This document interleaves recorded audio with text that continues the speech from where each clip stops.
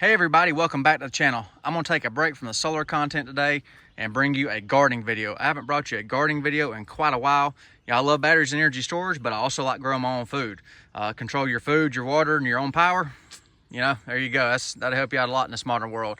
I started using a 2-liter soda bottle water system late last growing season. Well, I put it back into play again this year, and it is just knocking it out of the park. This lettuce is just ripping. Just having this little drip irrigation set up with these little 2-liter soda bottles stuck in here.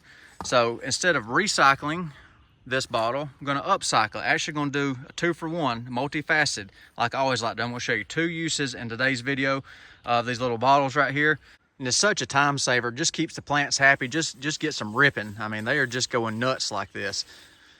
So you just come by and you just top them off with your hose or your jug or whatever, and then the plants will drink out of it.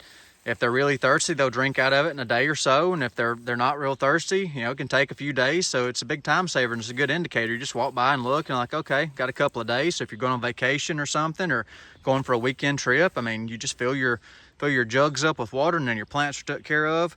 No wilting, none of that nonsense going on while you're away. So I'll pull this one out as an example. And it's going to put a lot of water out when I pull it out of the soil because the soil is saturated, so it's not letting any more water in. But when you take that hydrostatic pressure away, it starts flowing again. So here's the bottle I took out of the walking onion bed right there. You can see I just cut the top of the bottle off and just got an 1/8 inch hole in the end. I'll show you step by step. You can set them this way and have holes down here, but then you got to fill through the tiny little spout in the top. It's easier just to have it sitting like that. Then you can dump your 1/2 gallon or 2 liters in there real quick, and then it'll just weep out slowly over time. All right, so first thing, of course, you want to remove your label. Get that off with a razor blade or scissors, whatever you got.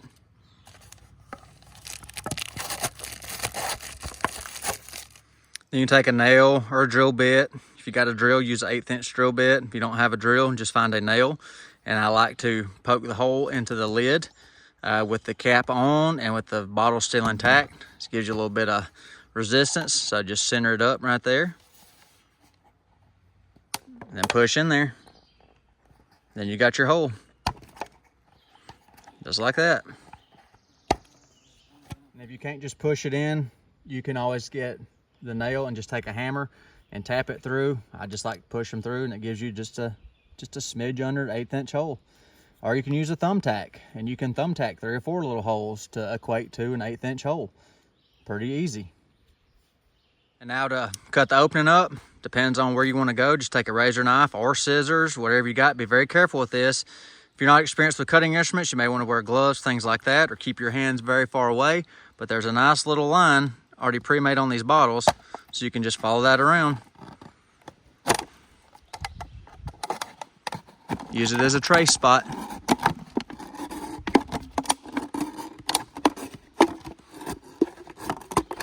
And that's it. Now you got a automatic drip irrigation set up out of a 2-liter soda bottle. Pretty easy. What do you do with these? Well, you can cut just a little extra on them, and you can use them for your sweet potatoes. Start getting them to sprout slips. Or you could actually poke some more holes in the bottom of this with a nail. You can just poke you some more holes in here, some drainage holes. Poke you several holes around the bottom. Then you can fill it with potting soil. Then you got your nice little mini planter, depending on what you want. So, you can reuse stuff. Then when you got your bottle created, find whatever plant you want. With this rosemary, I've been hand watering it, so it's time for it to get its automatic irrigation. So just put your hand in there and put it in the soil. Push it in until it holds itself up, and then fill it up with water.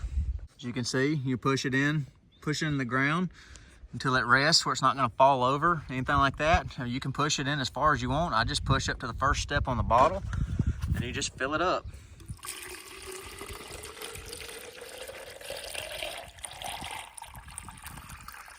So now that rosemary will be taken care of for several days.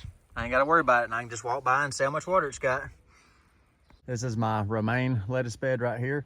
So I've got a bottle here and a bottle here. These are 2 liters.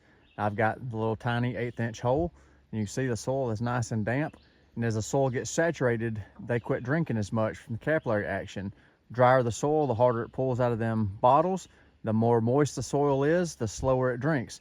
So depending on your soil moisture, you could have these bottles in here for 3 or 4 days before you have to fill them, or if they're really thirsty, you know, it can suck the bottle down overnight. But you just dump your water right in. You don't have to spend all that time watering and wetting your leaves. It feeds down into the soil, keeps your soil alive. All the microbes are happy, maintain consistent moisture level, which is good for your plants. And just a shot of the soil moisture level.